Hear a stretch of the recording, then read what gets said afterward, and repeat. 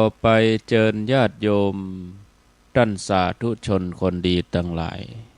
ได้รับฟังรายการธรรมภิวัตร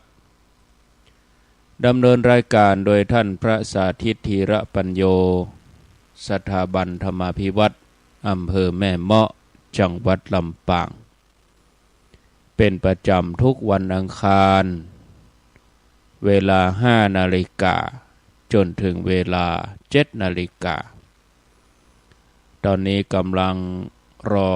สัญญาณจากท่านสาธิตธีระปัญโยแห่งสกรรมหนึ่งญาติโยมก็จะได้ติดตามรับฟังรายการที่จบไปก่อนหน้าตะกี้ก็สัพเพเหระปกิณกะใกล้แจ้งสัญญาณท่านพร้อมแล้วนิมนต์เลยครับความเคารพพระเถรานุเถระครูบาสังฆะที่เคารพอย่างสูงทุกรูปเจริญสุขสวัสดีสาธุชนท่านผู้ฟังทุกคนทุกท่านสำหรับสาธุชนท่านผู้ฟังที่เกียรติรับฟังรายการธรรมาภิวัตรอันเป็นรายการวิทยุเพื่อการเผยแผ่พระพุทธศาสนาส่งเสริมการศึกษาและพัฒนาสังคมรายการนี้รับผิดชอบโดยอาตมาภาพพระสาธิตธีระปัญโยประธานมูลนิธิธีระปัญโยตั้งอยู่ณที่พักสงฆ์สถาบันธรรมาภิวัตรบ้านศพเตินตำบลศพปาดอำเภอแม่เมาะจังหวัดลำปางรายการนี้ออกอากาศทุกวันอังคารตั้งแต่เวลา 5:00 ไปจนถึง 7:00 นเมื่อเจ้า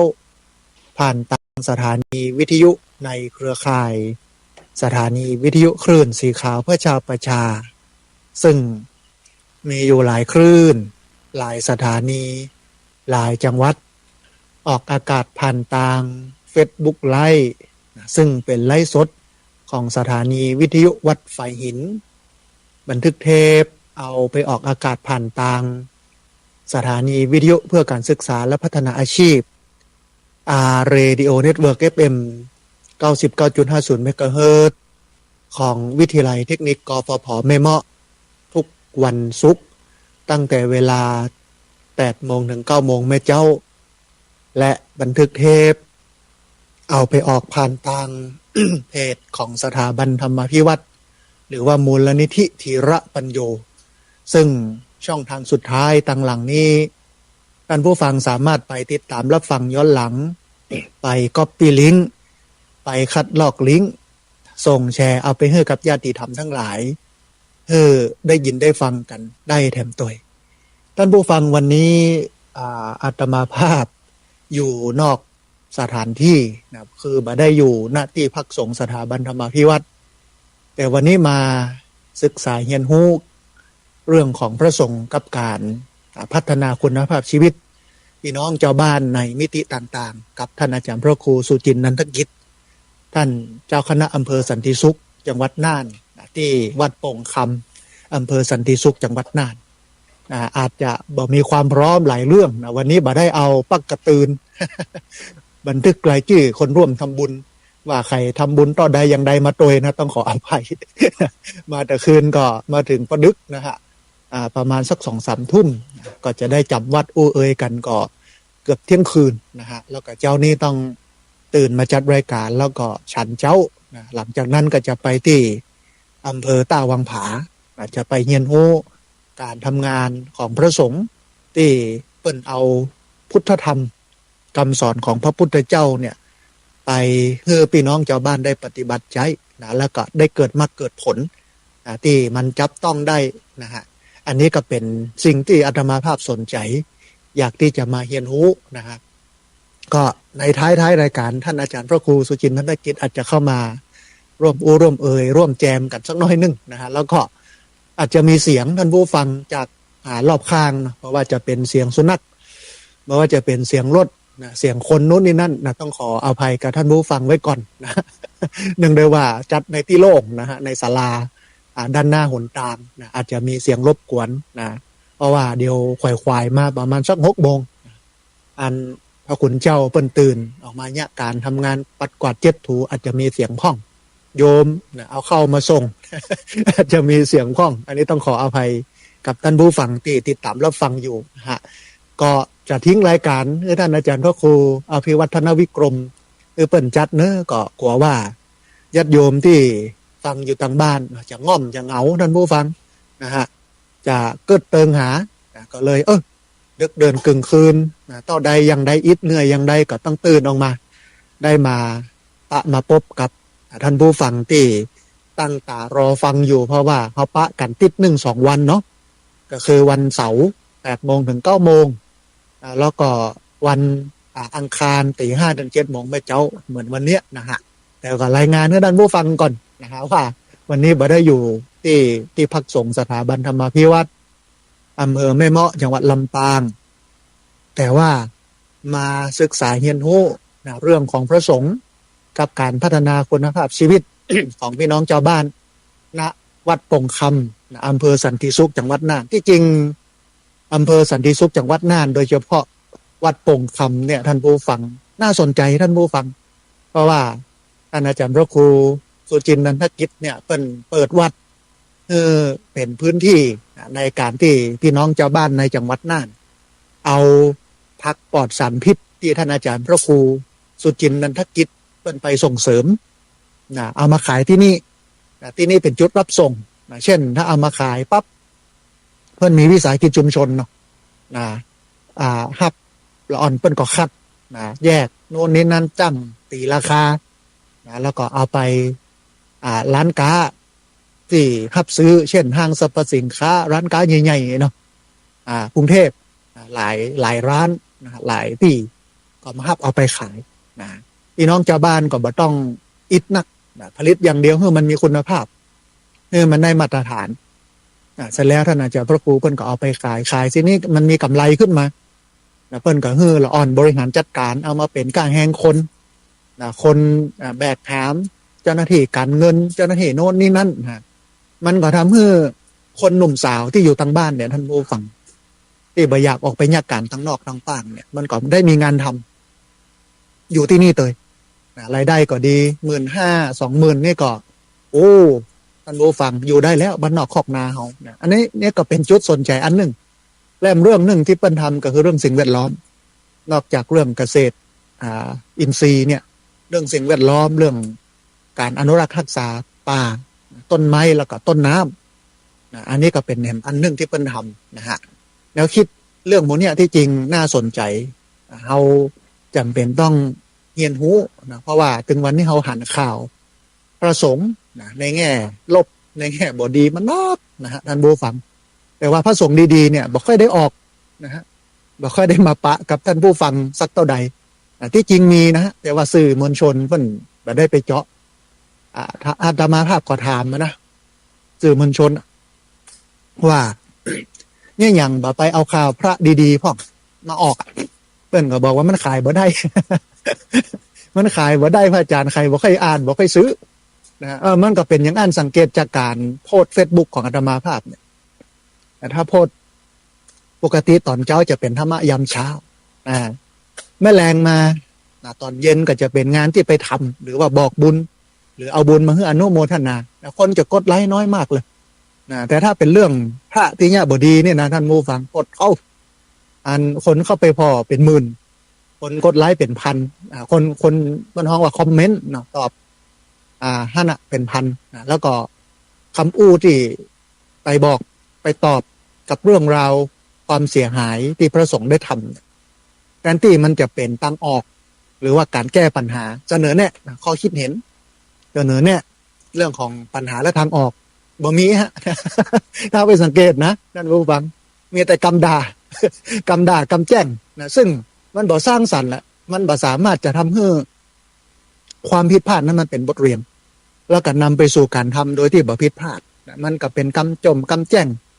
กำบนนี่เนาะแต่คนไทยเก่งเรื่องนี้ฮะบ่เก่งเรื่องของการวิเคราะห์สังเคราะห์บ่เก่งเรื่องของการพิจารณาอู้เอ่ยนะแต่ใจอารมณ์ความรู้สึกนะเรื่องนี้ต้องปรับนะเพราะว่า พุทธศาสนาสอนให้เฮานั้นเป็นคนที่ใช้เหตุผลเป็นคนที่ใช้สติปัญญามากกว่าอารมณ์ความรู้สึกแต่ว่าวันนี้เนี่ยเฮาเวลามีข่าวอย่างเงี้ยใจของเฮาก็มันขึ้นอารมณ์มันขึ้นนะฮะเสร็จแล้วก็ตอบโต้ไปโดยที่เป็นอกุศลนะแทนที่จะสร้างสรรค์แทนที่จะดีจะงามกลับกลายเป็นบ่ดีบ่งามนะล่าถามล่าเนี่ยเฮาก็มองถ้าข่าวอย่างอี้ออกไปมันเนี่ยพระทั่วไปที่บ่ได้ทำชั่วที่เปิ้นทำดีอยู่เปิ้นก็เฮาก็มองว่าเปิ้นเป็นหมู่เดียวกันนะกระทบกระเทือนกันไปทั่วนะมันก็ทำให้พระสงฆ์อยู่ยากถึงวันนี้มีน้อยแล้วเนาะมีอยู่ 200,000 กว่ารูปเนี่ยนะฮะ210,000 หรือ 207,000เนี่ยโดยประมาณนะเข้าพรรษาอาจจะนักน้อยออกพรรษาก็จะลดเหลือ 201,000 หรือ 202,000มันน้อยอยู่แล้วนะท่านผู้ฟังเพราะว่าคนบ่ห่มบวชคนบ่ห่มกับเรื่องศาสนาเรื่องวัดเรื่องบาแล้วก็มันก็ทำให้พระที่อยู่เนี่ยเปิ้นอึดอัดใจท้ายที่สุดก็ลาสิกขาไปเนี่ยมันก็เป็นการบ่อนเซาะกร่อนบ่อนทำลายศาสนาไปได้แห่งมุมหนึ่งเพราะฉะนั้นถ้ามีพระสงฆ์ที่เปิ้นทำความดีที่เปิ้นทำการพัฒนาชุมชนสังคมด้วยหลักพุทธธรรมนะฮะเฮาก็น่าจะเอามาตีแผ่พี่น้องชาวบ้านในหูเหี่ยวพ่อว่าโอ้มันบ่ใช่ว่ามีเฉพาะตัวเจ้าที่มันบ่ดีที่มันมีปัญหาเท่าอันนะตัวเจ้าที่ดีที่บ่มีปัญหาเนี่ยมีอยู่นะที่หันที่นี่อย่าเราจะได้ชื่นใจกันพ่องนะมีคนฮ้องว่าเชิงบวกเข้ามาสอดแทรกกับเชิงลบพ่องอันนี้อันอย่างท่านผู้ฟังไปห่อซื่อนะมีแต่เชิงลบนะโอ้โหทั้งนั้นเนี่ยอันนี้อันหนึ่งนะพี่น้องพุทธศาสนิกชนเฮาเนี่ยจำเป็นจะต้องมาใส่ใจกันเรื่องนี้นะฮะท่านผู้ฟังเนื่องด้วยว่าวันนี้บ่ได้เอาปักกระตืนนะบันทึกรายชื่อใครทำบุญเท่าใดอย่างใดมาก็ของดไว้แต่เพียงเท่านี้แต่ว่าอันสามารถที่จะอู้เอ่ยได้ในส่วนของที่มันเป็นเรื่องราวที่จะสามารถเอามาประชาสัมพันธ์ให้ญาติโยมได้รับรู้รับทราบได้อยู่ประมาณสัก2 เรื่องใหญ่ๆนะฮะเรื่องแรกก็เป็นเรื่องของหน่วยประจำจังหวัด สภาองค์กรของผู้บริโภคนะฮะของงานจังหวัดลำปางเรื่องนี้น่าสนใจท่านผู้ฟังคือตอนเนี้ยสถาบันธรรมพิวัตรเนี่ยเป็นหน่วยประจำจังหวัดลำปางสภาองค์กรของผู้บริโภคทำหน้าที่ในการคุ้มครองผู้บริโภคในจังหวัดลำปางจังหวัดอื่นๆก็มีนะฮะแต่ว่าเดี๋ยวรายละเอียดเนี่ยจะเอามาอู้ทีหลังแต่ว่าลำปางเนี่ยมีหน่วยประจำจังหวัดลำปางสภาองค์กรของผู้บริโภคก็คือสถาบันธรรมาภิวัตรคุ้มครองพี่น้องชาวบ้านที่มีปัญหาเรื่องการบริโภค8 ด้านนะฮะหรือ10 กว่าด้านมีอย่างห้องที่เฮาคุ้มครองก็เรื่องแรกเรื่องการเงินการธนาคารใครมีปัญหาไปเบิกเงินโดนโกงจากธนาคารเจ้าหน้าที่บางครั้งบางทีในธนาคารเนี่ยเจ้าหน้าที่เพิ่นก็ไปถอนเงินของเฮาที่ฝากไว้เมินแล้วบ่เคลื่อนไหวเอาไปใช้อย่านะฮะมันก็มีปัญหาหรือเฮาไปกู้เงินมาแล้วก็เพิ่นคิดดอกเบี้ยแพงรวมไปจนถึงมาเพิ่นฮ้องว่าเก็บสตางค์โดยที่รบกวนเฮามันบ่ใช่เวลาเก็บแล้วก็รูปแบบการเก็บแทนที่จะเก็บโดยสุภาพไม่เนาะหมู่หมวกกันนอกกันนะมากระโชกโคกหักนู้นนี่นั่นเดี๋ยวก็สามารถที่จะมาร้องเรียนเขาได้เรื่องการเงินการธนาคารเรื่องหนึ่งท่านผู้ฟังเป็นเรื่องการขนส่งและยานพาหนะเฮาซื้อรถมาแล้วมันใจซื้อมาใหม่แต่มันบ่ดีมันมีข้อบกพร่องอันนี้ก็สามารถมาร้องเรียนเขาได้หรือเขาจะให้สื่อสารมวลชนรถโดยสารสาธารณะนะฮะแล้วเปิ้นติดป้ายราคาเก้าอี้สมมติ20 บาทเนี่ยแต่เปิ้นเก็บ30บ่ได้เก็บตามป้ายที่ติดไว้ที่เฮาหันเนี่ยเฮาก็สามารถมาร้องเรียนได้นะ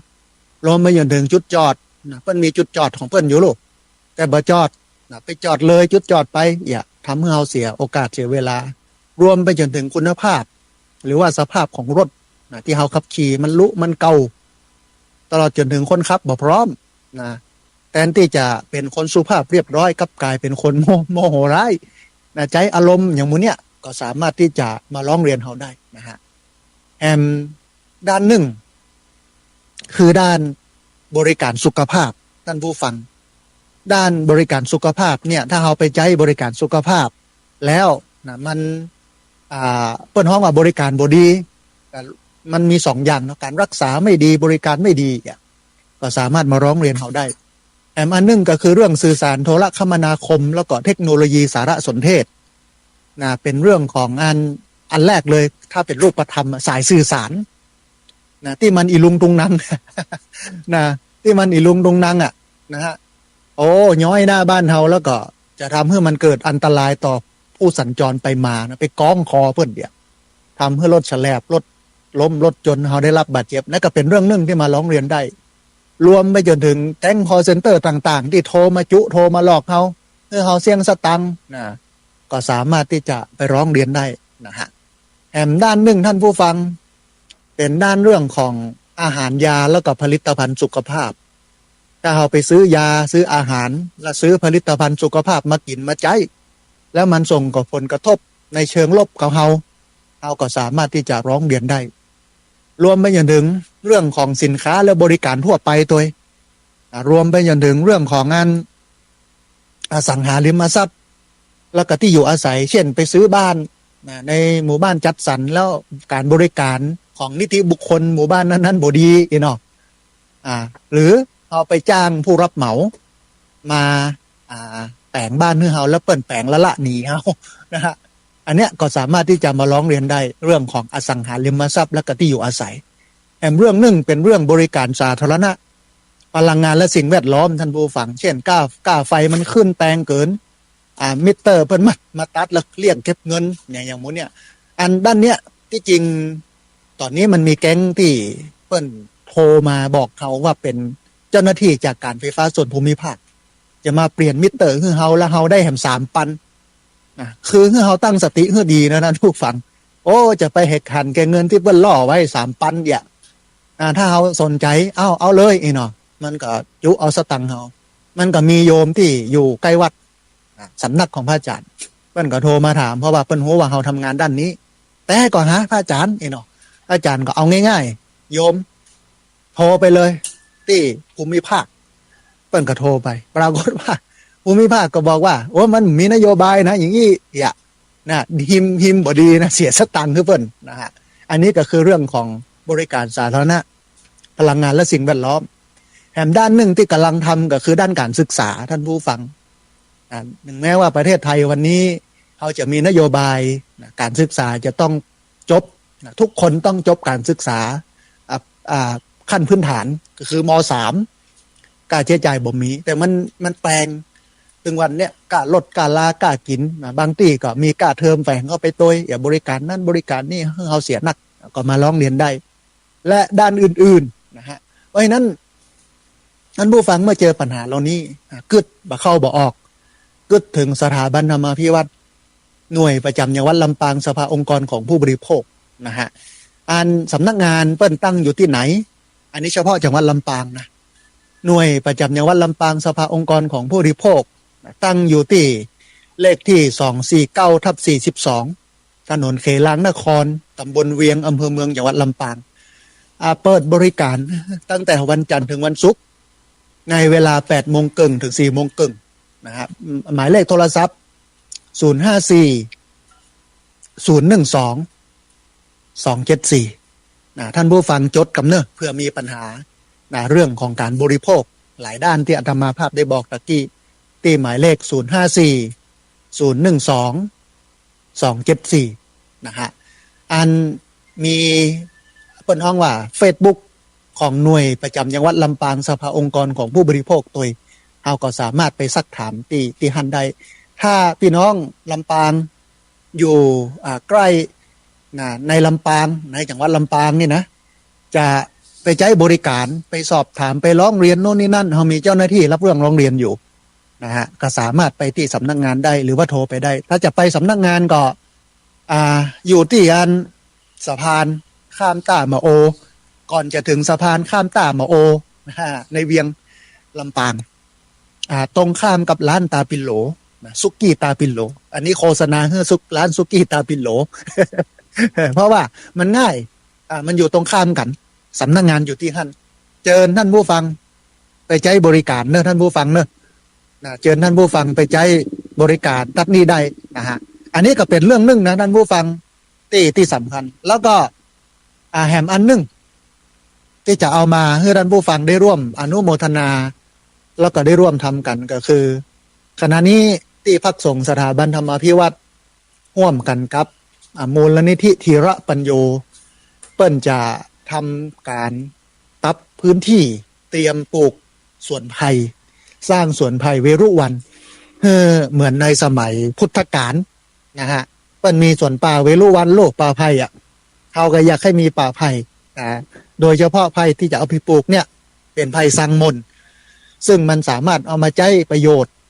เอามาทำให้มันเกิดเป็นเศรษฐกิจเงินทองให้พี่น้องชาวบ้านได้นะฮะอันจะรับไถที่เตรียมปลูกไผ่ในวันที่1สิงหาคม2568ไปจนถึงวันที่16ปรับพื้นที่นะฮะจะปลูกไผ่ในวันที่17สิงหาคมพุทธศักราช2568เวลา 9 โมงเพราะนั้นนัดหมายพี่น้องที่ติดตามรับฟังรายการธรรมาภิวัตรอยู่8จังหวัดภาคเหนือเนาะตอนบนเชียงใหม่ลำพูนลำปางแต้น่านพะเยาเชียงรายแม่ฮ่องสอนก็สามารถที่จะ มาร่วมงานวันที่17สิงหาได้เตรียมกันเนอะปากันมาเนอะท่านผู้ฟังเนอะวันที่17สิงหาท่านใดจะเอาโฮงตาลมาออกมาเลี้ยงพี่น้องชาวบ้าน ที่มาร่วมงานปลูกไผ่สร้างสวนเวรุวันวันที่17สิงหาคมพุทธศักราช2568เวลา 9 โมงเดียวกับประสานพระอาจารย์มานะฮะอันแถมเรื่องหนึ่งท่านผู้ฟังตอนนี้ท่านอาจารย์พระครูสุจินต์ธนกิจมาแล้วนะแถมสักกรรมหนึ่งจะได้กราบนิมนต์หลวงพ่อได้นั่งนะอยากจะสัมภาษณ์ การทำงานการนำเอาหลักพุทธธรรมเนี่ยไปใช้ให้มันเกิดประโยชน์กับพี่น้องชาวบ้านอันนี้น่าสนใจแต่ก่อนที่จะไปตรงนั้นมาดังเพก่อน คือท่านที่มีความประสงค์จะร่วมทำบุญในส่วนของการจะปรับที่ดินเนี่ยนะ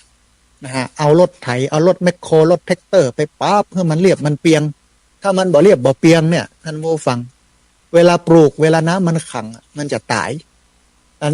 มากไปกว่านั้นเวลาตัดหญ้าเฮาตัดหญ้ามันก็จะยากเพราะมันเป็นโม่งเพราะฉะนั้นต้องปรับให้มันเรียบเปียงกันท่านใดจะทำบุญปรับถมไถที่ดินจำนวน10 ไร่ก็สามารถทำได้ที่บัญชีเงินฝากของที่พักสงฆ์สถาบันธรรมาภิวัตรธนาคารกรุงไทยหมายเลขบัญชี5360755318นะฮะสามารถทำบุญได้ที่ธนาคารกรุงไทยชื่อบัญชีที่พักสงฆ์สถาบันธรรมาภิวัตรหมายเลขบัญชี5360755318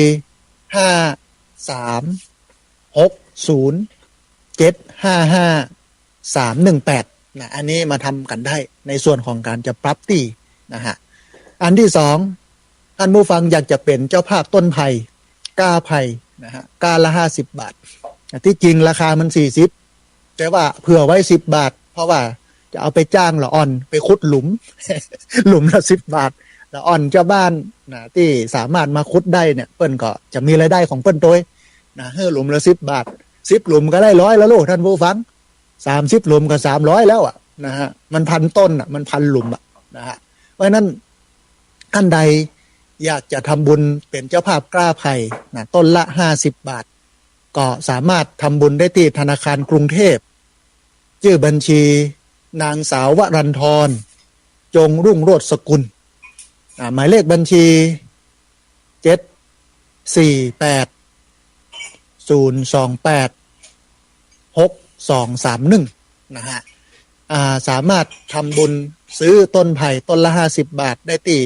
บัญชีธนาคารกรุงเทพชื่อบัญชีนางสาววรันทรจงรุ่งโรจน์สกุลหมายเลขบัญชี748 028 6231นะฮะอันคุณโยมวรันทรจงรุ่งโรจน์สกุลเนี่ยตำแหน่งวิชาการเปิ้นเป็นผู้ช่วยคณบดีคณะพยาบาลศาสตร์มหาวิทยาลัยเชียงใหม่เผอิญว่า วันที่1 มกราเปิ้นกับแม่เปิ้นมาปฏิบัติธรรมมาตั้งแต่วันที่31ละนะฮะพดถึงวันที่1แล้วก็ตอนเช้า8 โมงกินข้าวเช้าแล้ว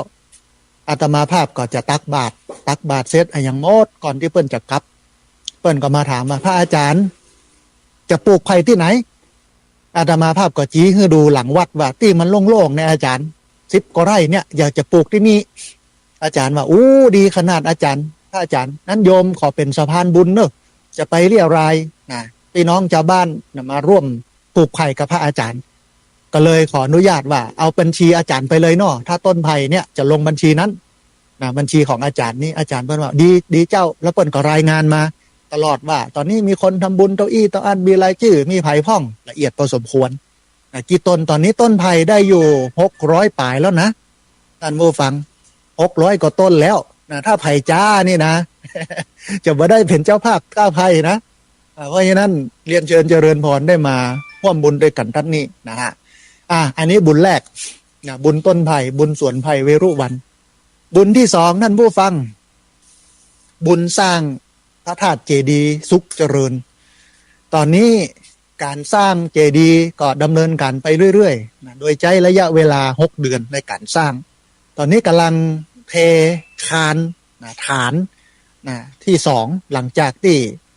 เทฟุตบาทอย่างแล้วก็เทคานฐานต่อไปก็จะขึ้นเสาขึ้นอย่างไปมันเป็นเสากลางที่อิฐบล็อกจะได้เกาะจะได้ยึดได้นะฮะต่อไปแถมก็กำลังเดินหน้าไปเรื่อยๆแต่ว่าอาตมาภาพก็ละศาลากับญาติโยมที่เฝ้าวัดนะฮะอยู่ดูแลกันท่านผู้ฟังท่านใดสนใจจะร่วมทำบุญแต่ว่าตอนนี้นะการ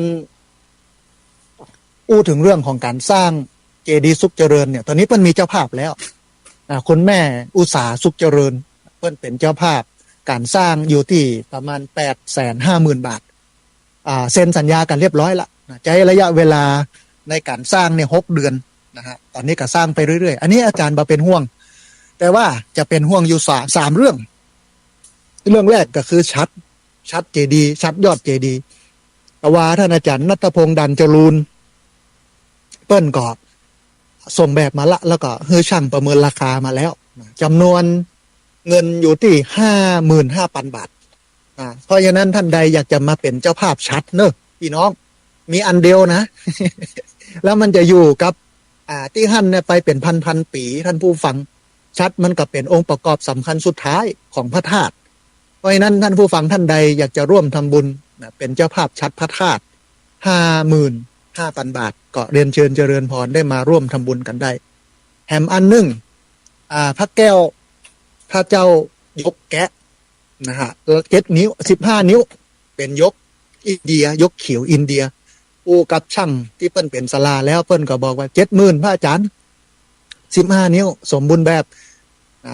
อาตมาภาพก็หาเจ้าภาพตอนนี้มีโยมเปิ้นเป็นเจ้าภาพอยู่50,000ขาดแฮม20,000ท่านผู้ฟังท่านใดจะมาเติมพระแก้วนะฮะมรกตที่จะเอามาประดิษฐานในเจดีย์สุขเจริญแต่ว่าการประดิษฐานนั้นมันสามารถยกออกมาได้ลูกเวลาเดินจีปีใหม่ก็คือท่านนายกอบต.มาอัญเชิญขึ้นรถบุษบกแห่ไปตัวตาเพื่อพี่น้องได้ส่งน้ำสักการะบูชาเป็นสิริมงคลชื่นบานหวานใจได้นะฮะเพราะฉะนั้นท่านผู้ฟังท่านใดจะร่วมทำบุญตัดนี้ก็20,000 บาทนะฮะและสุดท้ายในการจัดงานติดเจดีย์ก็คือยกยอดชัดบรรจุพระพุทธรูปก็ตอนเนี้ยวางงบประมาณไว้ที่100,000จะนิมนต์ครูบาอาจารย์ที่พระอาจารย์นับถือตลอดจนถึงกำลังพอจ้างซอด้วยนะ มันต้องดูจ้างซอเพราะว่ามันต้องกำกับกันหน่อยถ้ามาซอในวัดมันก็บ่ฮือเป็น2 แง่ 3 งามจ้างซอตังเชียงใหม่นะพวกฟังมัน 2 แง่ 3 งามนักลำไฟแต่ว่างานกฐินพระป่าครั้งที่แล้วก็เอาจ้างซอเมืองแป่โอ้ก็ม่วนดีมาฟ้อนแงนโลดแล้วปีนี้อาจจะดูที่เมืองน่านพ่องอย่างพ่องจะพอกอยกันแล้วก็มีซองถวายปัจจัยพระสงฆ์ก็หลายรูปนะฮะอย่างน้อย9 รูปแล้วก็อันที่2เนี่ยเป็นเรื่องจ้างซออันที่3เป็นเรื่องของการตกแต่งประดับประดาเป็นสังฆทานโน่นนี่นั่นใจเยอะอยู่ก็ตั้งไว้ที่100,000เพราะนั้นท่านผู้ฟังท่านใดอยากจะร่วมทำบุญ นะเอากลับเป็นว่าร่วมทำบุญสร้างพระธาตุสุขเจริญนะฮะก็สามารถได้มาร่วมทำบุญกันได้นะที่ธนาคารกรุงไทยเลขบัญชี05360755-318นะฮะเป็นธนาคารกรุงไทยชื่อบัญชีที่พักส่งสถาบันธรรมาภิวัตรหมายเลขบัญชี5360755318นะอันนี้ก็เป็นข่าวกุศลข่าวบุญที่เอามาให้ท่านผู้ฟังได้ร่วมกันอนุโมทนาก็ตะวานี้ญาติโยมก็คงจะคุณข้องมองใจนะเป็นเรื่องการเมืองเนาะพอมันออกทีวีโลดเราก็ไปพ่อเห็นน้อยโอ้เถียงกันวุ่นวายโอ้บ่ม่วนเนี่ยเรามาฟังทำกันกันวันนี้แม่เจ้าใจมันจะได้จุ่มได้เย็นเหี่ยพ่องใจมันจะได้ดีเหี่ยพ่องนะฮะเอาละท่านผู้ฟังเรามีเวลาไปจนถึง6 โมงครึ่งแห่ง30 นาทีจะเปิดสายเพื่อท่านผู้ฟังที่ฟังอยู่ทางบ้านได้โทรเข้ามาร่วมโอ้ร่วมเอ่ยกันได้โทรเข้ามาร่วมแสดงความคิดความเห็นกันอย่างที่อาตมาภาพได้เกริ่นไว้เป็นเบื้องต้นว่าวันนี้อาตมาภาพมานอกพื้นที่มากราบนมัสการท่านอาจารย์พระครูสุจินต์นันทกิจท่านเจ้าคณะอำเภอสันติสุขจังหวัดน่านซึ่งเป็นพระนักพัฒนาที่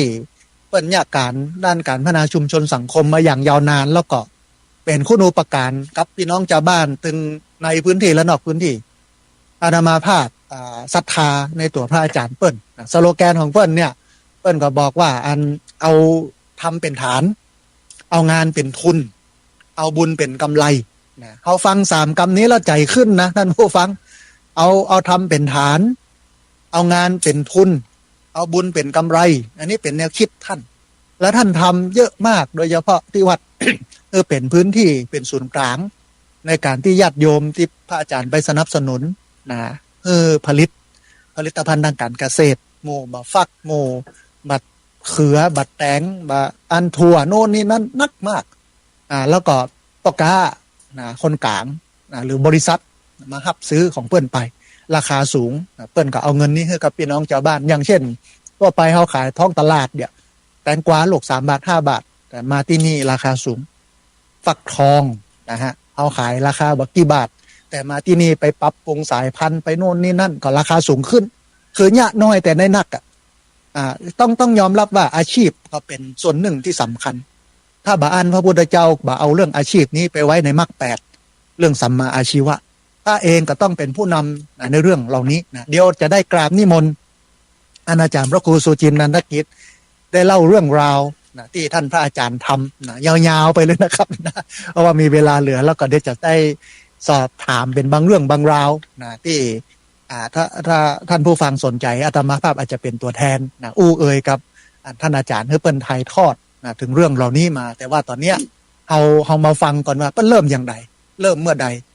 นะเปิ้นเนี่ยอันอย่างใดเนี่ยอันนี้มันน่าสนใจเพราะว่ามันเป็นหัวใจของมันเนาะขอกราบนมัสการถวายความเคารพท่านอาจารย์พระครูสุจินต์นันทกิจนะครับกราบนิมนต์พระอาจารย์ได้เอ่ยกับพี่น้องที่ติดตามรับฟังรายการธรรมาภิวัตรซึ่งอยู่8 จังหวัดภาคเหนือเชียงใหม่ลำพูนลำปางแพร่น่านพะเยาเชียงรายวันนี้พี่น้องสันติสุขที่จังโทรไปนะมาแล้วเนอะ มาที่อำเภอสันติสุขแล้วนะฮะเดี๋ยวเจอท่านอาจารย์พระครูขอกราบนิมนต์พระอาจารย์ครับครับก็ถวายความเคารพพระอาจารย์สาธิตธีรปัญโยผู้อำนวยการสถาบันธรรมาภิวัตรอำเภอแม่เมาะจังหวัดลำปางที่นับถืออย่างสูงก็เจริญพรคุณญาติคุณโยมผู้สดับรับฟังวิทยุคลื่นสีขาวเพื่อชาวประชาทุกท่านทุกคนโดยวันนี้ต้องขออนุโมทนาในกุศลและเจตนาของท่านทั้งหลายโดยเฉพาะในส่วนของวันนี้ก็ท่านพระอาจารย์สาธิตเป็นคิดจะได้บุญนี่สลอดสดเซลพดมาถึงอำเภอสันติสุขเมืองน่านเทกเลยอันตะคืนก็ได้นั่งวูจับปลาใสกันแล้วก็อันเขาก็มีจ่องต่างแนวต่างหลายๆอย่างที่จะช่วยกันนำพาบรรดาพ่อแม่พี่น้องที่จะอันคือพ้นจาก ปัญหา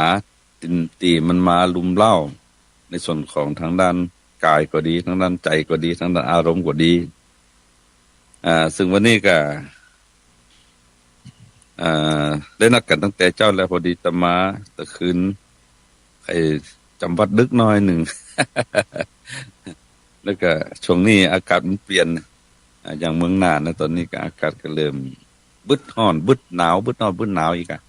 ก็เลยมีผลต่อสุขภาพร่างกายอันที่จริงแล้วที่วัดปงคำของเฮาเนี่ยเฮาอยู่ทำอยู่หลายบทบาทที่ว่าบทบาทหนึ่งที่เฮาบ่ปล่อยปะละเลยคือบทบาทของความเป็นวัดความเป็นพระเป็นสงฆ์ทีนี้เฮาก็มีวัดปงคำแต่ว่าสิ่งหนึ่งที่ทำเฮาได้คิดต่อว่าข้อจำกัดของความเป็นวัดก็มีหลายเรื่องนอกจากเรื่องของขอบเขตขันธสีมาในเรื่องของการจะทำอย่างมันก็มีขอบมีเขตที่มันเนี่ยมาคอยกำกับแต่ว่าสิ่งหนึ่งก็เลยคิดว่าถ้าหากจริงมันมีคุณค่ามากนักกว่านี้ก็คือเอาใจเอายกระดับวัดน่ะให้มันเป็นอันอย่างก็ได้เป็นมักวัดก็เลยใจก็ว่าศูนย์เรียนรู้ศูนย์ส่งเสริมการเรียนรู้ชุมชนวัดปงคำถ้าคิดจีแล้วถ้าทำจีมันคงไม่ได้ไปกีดกันคนนั่นคนนี้ตัวถ้าคำว่าเป็นวัดเนี่ยมันมักจะมีอะไรสักอย่างไปปิดกั้นนั่นเนี่ยญาติโยมทั้งหลายเนาะอย่างเช่นว่าพี่น้องเปื่อนศาสนาอื่นจะเข้ามาวัดเนี่ยมันก็เดือนอยู่แต่ว่าทางว่าศูนย์เรียนรู้เนี่ยไผก็อยากไปมาถึงวันก็เลยมีคนมามาศึกษาหินหูตีศูนย์หินหูของเขานี่ทั่วประเทศที่มานี่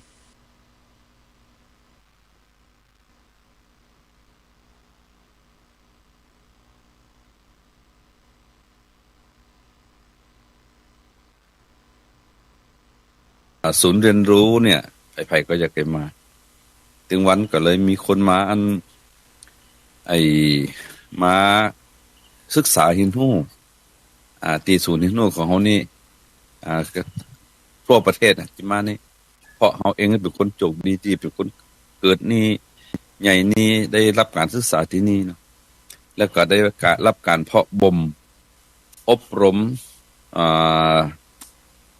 บ่มนิสัยที่นี่เขาก็เลยหันว่าที่นี่มันมีทรัพยากรหลายอย่าง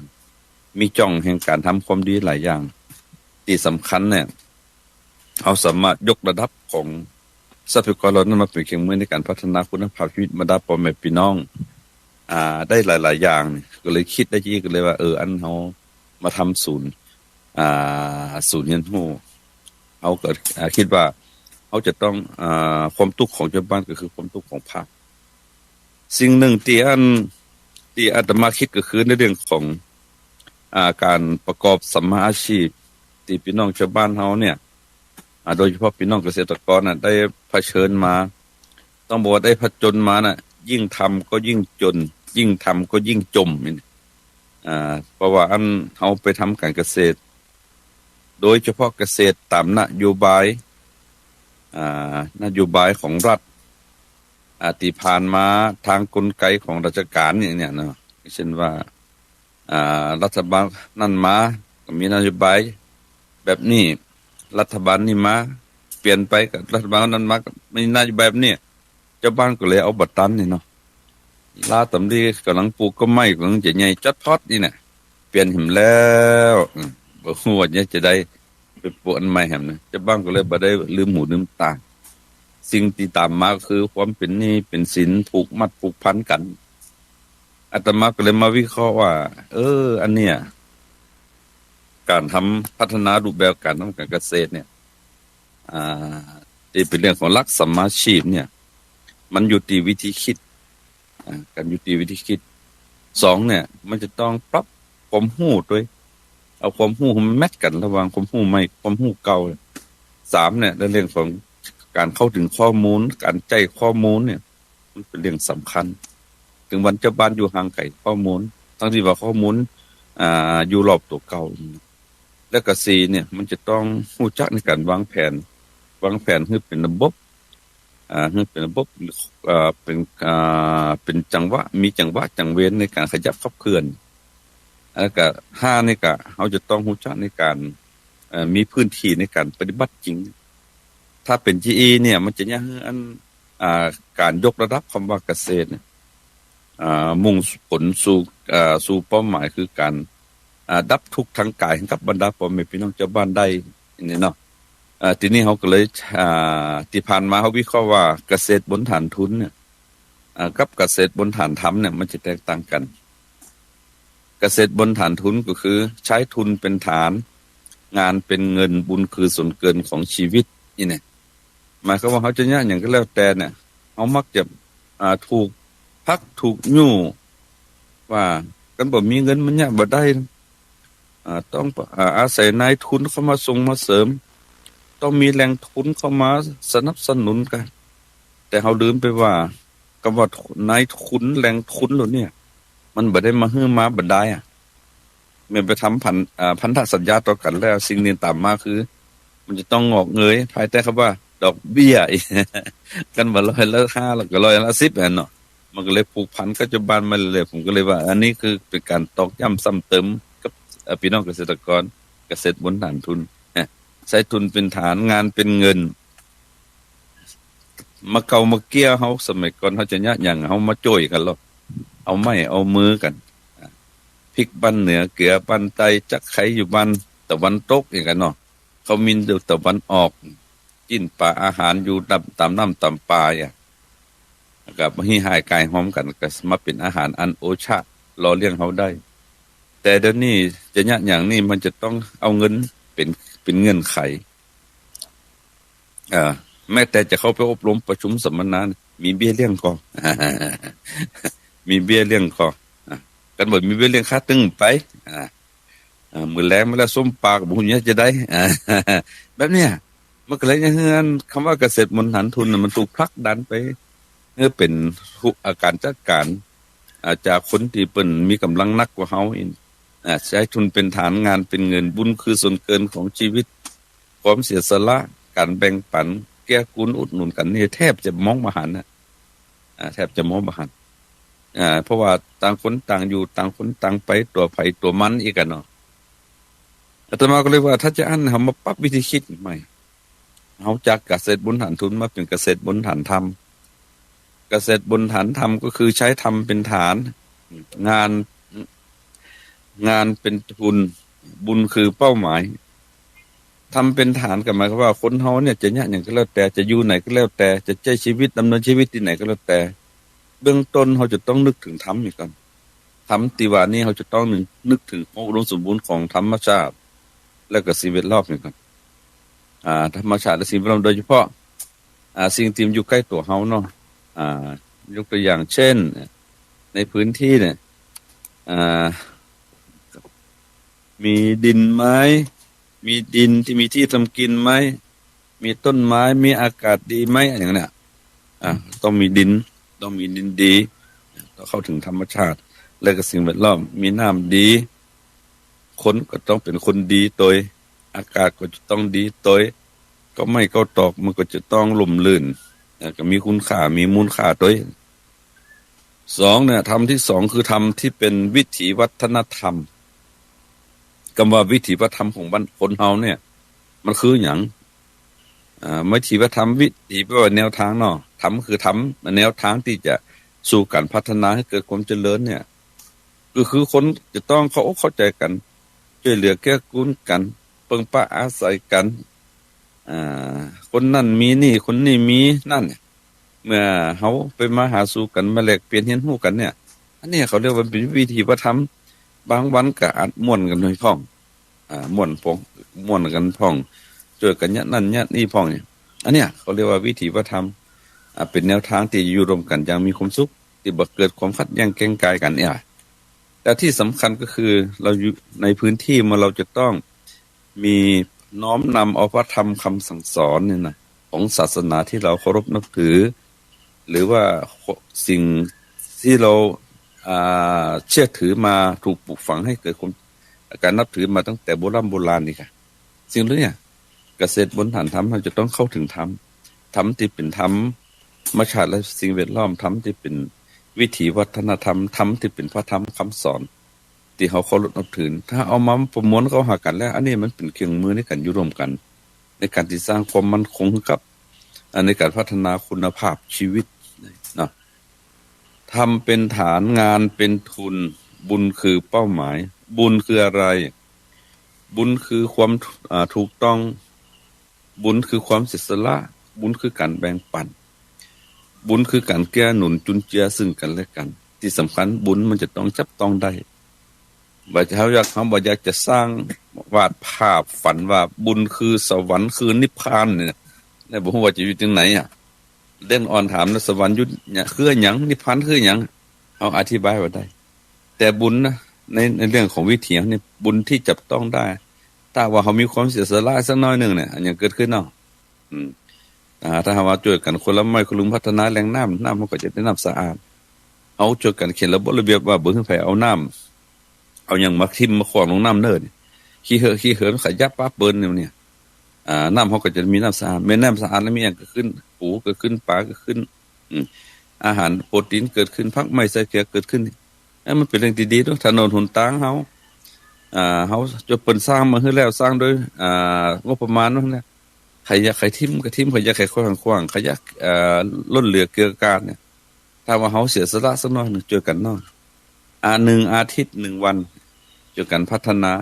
เขาก็จะมีถนนหนทางที่อันสะอาดของหมู่บ้านของเขาถ้ามันห้อนมันแห้งมันให้น้ำบ่ไหลนี่จะได้เขาก็จะได้ให้น้ำไหลหน้าแล้งเนี่ยน้ำซึมเข้าไปสู่ในบ่อเอาก็จนจุบันเนี่ยจะอันเขาก็จ้องดักน้ำไว้กันน้ำสมัยนี้ไม่มีถึงน้ำบนดินแล้วก็น้ำใต้ดินแล้ว น้ำบนดินหมายความว่าถ้าถึงหน้าน้ำหลากเนี่ยของว่าน้ำบนดินมันจะไหลทะลุทุทากแล้วน้ำใต้ดินเนี่ยเวลาหน้าแล้งเนี่ยมันจะไหลมันจะน้ำมันจะไหลอยู่ใต้ระดับใต้ดินเขาจะมาหันมันก็ผ่านไปตั้งต่ำตีต่ำเนี่ยถ้าเป็นไปได้เขาก็ต้องขุดลงแล้วก็ทำฝ่ายกันไว้ดีกันอย่างหน้าวัดท่านวัดไอ้ปงคำเนี่ยสันติสุขเนี่ยเมื่อก่อนก็น้ำแห้งถึงตั้งแต่เดือนมกราคมกุมภาพันธ์มีนาเมษาเนี่ยอบต.เอาน้ำใส่ถังเนี่ยมาแจกจ่ายกันชาวบ้านมันต้องเอาตำคุน้ำอย่างเนี้ยมาลัดกันเป็นบ้านเป็นยันเนี่ยลูกกันแย่งกันเอาน้ำแจกน้ำจากอบต.แต่อาตมาก็เลยคิดว่าอันเนี้ยมันเป็นการพัฒนาที่บ่ยั่งยืนถ้าพัฒนาอย่างยืนเราจะต้องพัฒนาที่ต้นเหตุกันเพราะสมัยก่อนคนเฒ่าคนแก่เขามาเลือกสถานที่แห่งนี้ลงลักปัก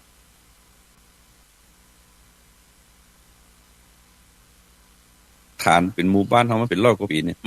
สมัยก่อนน่าจะมีน้ำอุดมสมบูรณ์น้ำอุดมสมบูรณ์เกิดจากอย่างเพิ่นมีวิธีการในการทำให้น้ำอุดมสมบูรณ์1ต้องมีต้นไม้เขาเรียกว่าป่าต้นน้ำรักษาป่า2เนี่ยต้องรู้จักการแบ่งฝ่ายเก็บกักน้ำไว้สมัยก่อนบ่มีฝ่ายหรอกฝ่ายนั่นฝ่ายนี่เมื่อมีฝ่ายแล้วต้องแบ่งพนังด้วยเพื่อจะดันน้ำจากฝ่ายเข้าไปสู่นิติทำครบต้องกินเนี่ยอันนี้ก็เป็นภูมิปัญญาของคนโบราณอาตมาภาพเลยว่าถ้าจะอันแก้ปัญหาร่วมกันเนาะญาติโยมเนาะอันเราต้องทำฝ่ายแกนดินซีเมนต์มาช่วยกันบริจาคแห้งบริจาคทรัพย์คนละเล็กคนละน้อยกันมาทำฝ่ายกว้าง39 เมตรความยาวของสันฝ่ายนี่39 เมตรกว้างนี่12 เมตรเป็นฝ่ายลูกที่ค่อนข้างจะแน่นเหมือนมะพร้าวก้อนใหญ่ๆนี่กันขุดลงไป4 เมตรเนี่ยปาโทธรรมโมตั้งแต่เนี่ยฝ่ายมันนี่น้ำบ่เคยแห้งสักเตือสิ่งที่เป็นปรากฏการณ์เกิดมาคนได้ตื่นเต้นหันก็คือป่ามาอยู่นักขนาดที่สำคัญมากก็พักไม่ใส่เขียนี่พักมุงพักละหนองมันเนี่ยมันมาเกิดครับอันนี้เป็นต้นน่ะและที่สำคัญก็คือมันเป็นต้นแบบเป็นตัวอย่างกระจายไปสู่ชุมชนอื่นเป็นที่ศึกษาดูงานและขยายไปที่อื่นๆตัวที่สำคัญเท่ากับหันอันองค์กรหน่วยงานเปิ้นมาหันแล้วเปิ้นมีจิตศรัทธาอยากจะเอางบประมาณส่วนเสียนะของเปิ้นเอาไปทำอย่างอื่นมันบ่ค่อยเกิดผลเนี่ยมาถวายทั้งวัดทีนี้กัน ถวายเข้ามูลนิธิทีนี้เขามีมูลนิธิเลยดำเนินการโดยมูลนิธิส่งเสริมการเรียนรู้ชุมชนวัดโป่งคำนี่เพิ่นก็บริจาคผ่านมูลนิธิมาเฮาก็เอาเนี่ยไปช่วยยากกันเนี่ยแก้ไขปัญหาได้ระดับหนึ่งด้วยนะแล้วกับปัญหาอย่างยืนตัวตั้งแต่การสร้างฝ่ายลักษณะนี้ขึ้นมาเนี่ยยังคือน้ำบ่อน้ำตื้นในหมู่บ้านน่ะบ่เคยแห้งเลยแทบจะไม่ได้หันหน้าคนขับรถอบต.ที่มาแจกน้ำเลยนะอันเนี้ยคือการแก้ไขปัญหาอย่างยั่งยืนเนี่ยเกษตรบนฐานธรรมเนี่ยมันจะส่งผลต่อการพัฒนาคุณภาพชีวิตแบบยั่งยืนที่อันก็อยากจะขยายผลเกี่ยวกับการฟื้นฟูสิ่งเหล่านี้เนาะในละแวกวัดของแต่ละวัดถ้าหากทำได้เนี่ยอาตมาว่ามันจะส่งผลต่อการแก้ไขปัญหาได้แน่นอนเลยที่สำคัญเนี่ยเมื่อเขามีน้ำเนี่ยเขาจะทำการเกษตรของเขาเนี่ยเมื่อก่อนเขาส่งเกษตรบนฐานทุนนะเนี่ยมันบ่จะอย่างมันบ่จะพอหรอกเนี่ยเขาปลูกข้าวโพดตามนโยบายที่เพิ่นส่งเสริมพืชเศรษฐกิจเนี่ยเนี่ยปีนี้เสียงไป3กระสอบปลูกปีต่อไปต้องเอา5กระสอบอันโปรเจนี่ปีต่อไปต้องเอา8กระสอบเพราะว่ามันจะบ่มีกำไรหลงเหลืออีกเนาะจะอันก็เลยว่าถ้าเป็นไปได้เนี่ยถ้าเป็นไปได้เป็นว่าถ้าเป็นไปได้เขาอยากจะได้จังคืออันการทำการเกษตรเนี่ยแบบว่าคือมันเกิดผลกระทบในเชิงบวกทั้งผู้ผลิตแล้วก็ผู้บริโภคอาตมาก็เลยมาคิดว่าถ้าจะทำให้หายไก่หอมบรรดาพ่อแม่พี่น้องทั้งหลายบรรเทาเนี่ยเขาก็บ่จะเอาทั้งหมดทั้งมวลแล้วเอาคนที่สนใจนะมาให้หายไก่หอมกันเขามาตั้งกลุ่มตั้งก้อนกันนอนทำเป็นกลุ่มไปจดทะเบียนเป็นวิสาหกิจชุมชนเกษตรอินทรีย์ที่สำนักงานเกษตรเนี่ยแล้วก็เนี่ยไปจดขึ้นทะเบียนเพื่ออย่างเพื่อเขาบ่อยากสิฮื้อเพิ่นว่าเขาว่าโอ้กลุ่มทุเจ้าตั้งกลุ่มพระอาจารย์ตั้งนี่เป็นกลุ่มเถื่อนบ่มีอันหยังรับรองเนี่ยเอาก็ไปจดมือเปิ้นรับรองเฮาเนี่ยขี้ข้านไปทะเลาะเบาะแว้งกับเปิ้นอีกกันเนาะเมื่อไปจดเปิ้นขึ้นทะเบียนรับรองจดทะเบียนรับรองเป็นกลุ่มวิสาหกิจชุมชนแล้วเอาก็เอาหลายๆกลุ่มแล้วนี่มารวมกันเป็นเครือข่ายเขาเรียกว่าเครือข่ายวิสาหกิจชุมชนเกษตรอินทรีย์น่านจากนั้นเขาก็นอกจากเขาทำเกษตรอินทรีย์หมายความว่าเกษตรเริ่มต้นจากการปรับเปลี่ยนเรื่องวิธีคิดหลายท่านหลายคนก็จะไปว่ากันพระอาจารย์มันยากบัดอะไรอินทรีย์นี่น้ำมันต้องสะอาดแจ๋นะดินมันบ่ต้องมีอย่างปนเปื้อนนะแล้วก็ผักมันจะต้องเก็บแล้วก็กินได้เลยนะเขาก็ว่ามันก็เนี่ยได้เลยเพราะเกษตรอินทรีย์นั้นเป็นเรื่องของวิธีคิดเหมือนเฮาสูบบุหรี่กันเฮาบ่อยากสูบมันก็อ้าปากบุหรี่ก็ล้นจากปากเนี่ยจะไปเก็บมาใส่มันก็จบละเกษตรอินทรีย์ก็บอกว่าเฮาเคยใช้ปุ๋ยเคมีเฮาก็ลดละเลิกปุ๋ยเคมีเหียมาใช้ปุ๋ยอินทรีย์ที่มันอยู่ต่ำรอบบ้านเฮาให้เลี้ยงหมูเอาขี้หมูมาใส่ให้เลี้ยงไก่เอาขี้ไก่มาใส่ให้เลี้ยงวัวเลี้ยงควายเอาขี้งัวขี้ควายมามักกับเศษดินเศษหญ้าแหมสักกำหนึ่งหดน้ำไปแล้วคือความชุ่มฉ่ำแล้วมันก็จะกลายเป็นปุ๋ยเอามาใส่มันก็งามหรอเขาก็เริ่มจากตรงนี้มันจะมันเขาเคยใจสารเคมีมาฆ่าแมงมาแรงฆ่าอย่างเนี่ยมาไล่มาฆ่ามาไล่มันเขาก็บ่ต้องยากเพราะมีผลกระทบต่อสุขภาพเขาจะได้เขากับศึกษาพอเราคนมาเก่ามันเอาอย่างพ่องยาฆ่าแมลงสูตรโดยบ่ต้องให้แมลงมันก็บ่ตายมันกลัวมันหนีไปที่ไกลอีกเนาะ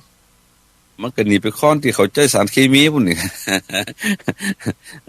เอาก็เอามามักมาอย่างกระสีดมาพ่นพอมันก็ได้ผลแล้วเนี่ยอีปุ๊บเนี่ยการทำเกษตรอินทรีย์เนี่ยมันเพราะมันเป็นเกษตรครบวงจรนะ1แผนนี่พระอาจารย์ว่าเกี้ยเราจะต้องรู้จักในการวางแผนในการผลิตแผนเรื่องการจัดการเนาะแล้วก็แผนในเรื่องการตลาดเอาก็ต้องให้มันครบวงจร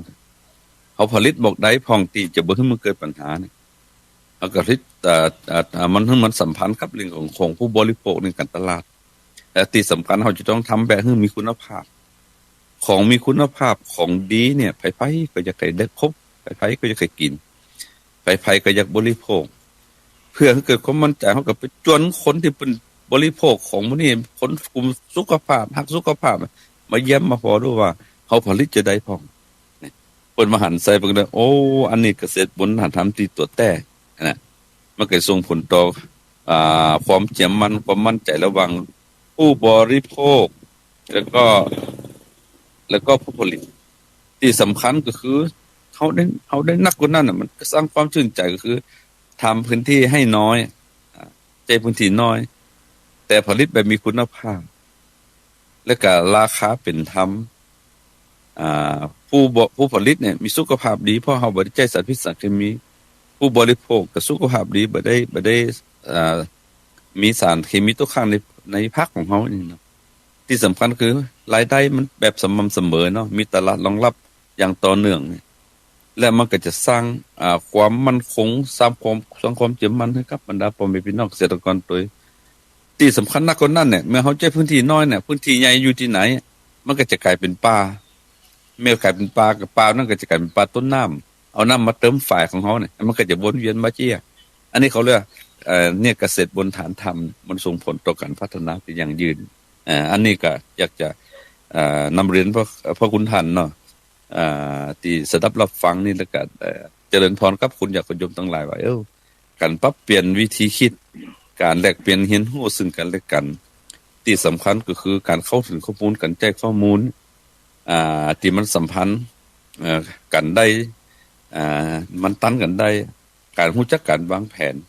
และก็ที่สำคัญนักกว่านั้นพระพุทธเจ้าหลักธรรมพุทธศาสนาบอกว่าต้องลงมือทำต้องลงมือทำหมายความว่าเหมือนกับว่าการพึ่งตนเองมันถึงจะเกิดขึ้นอันนี้เป็นอันที่เขาได้ขยับเปลี่ยนเป็นส่วนหนึ่งซึ่งตอนนี้ที่นี้เองเขาก็ถามว่าตลาดมีปัญหาไหมเดี๋ยวนี้ครับตลาดมันมีปัญหาละเพราะว่าอย่างเพราะว่าหนึ่งเขาวางแผนค่อนข้างจะชัดว่า1 อาทิตย์เนี่ยเราไปขายที่ไหนใครจะมาซื้อของเราในการถ้าว่าไอ้คนซื้อจะเขารู้จักกันจะมาซื้อเขาก็บ่ขายให้เพราะว่าบ่เคยรู้จักกันมาก่อนเนี่ยมันจะอันเป็นเพราะว่าอย่างก็มันบ่สัมพันธ์กับแผนการผลิตอย่างเช่นว่าเขาจะเป็นคนนี่ร้านนี่ห้างนี่เป็นต้องการมงอีเนอร์ต่ออาทิตย์ต่อสัปดาห์เนี่ยเขาเคยวางแผนการผลิตเรานี่เป็นต้นนะฮะอันนี้คือถ้าว่าเกษตรบนฐานธรรมนะครับว่าเขาขยับขับเคลื่อนการเป็นเครือข่ายอย่างกว้างขวางเนี่ยมันจะส่งผลต่อการพัฒนานอกจากชุมชนแล้วก็เป็นต่อการพัฒนาสังคมโดยที่สำคัญนะมันจะไปสร้างคือคนมีสุขภาพดีเนี่ยผู้บริโภคมีสุขภาพดีเมื่อสุขภาพกายดีสุขภาพจิตสุขภาพใจก็ดีอารมณ์ก็ดีคนดีเต็มบ้านเต็มเมืองเนี่ยสังคมเฮาประเทศชาติบ้านเมืองเฮาก็จะร่มเย็นเป็นสุขเหมือนกับพระเจ้าอยู่หัว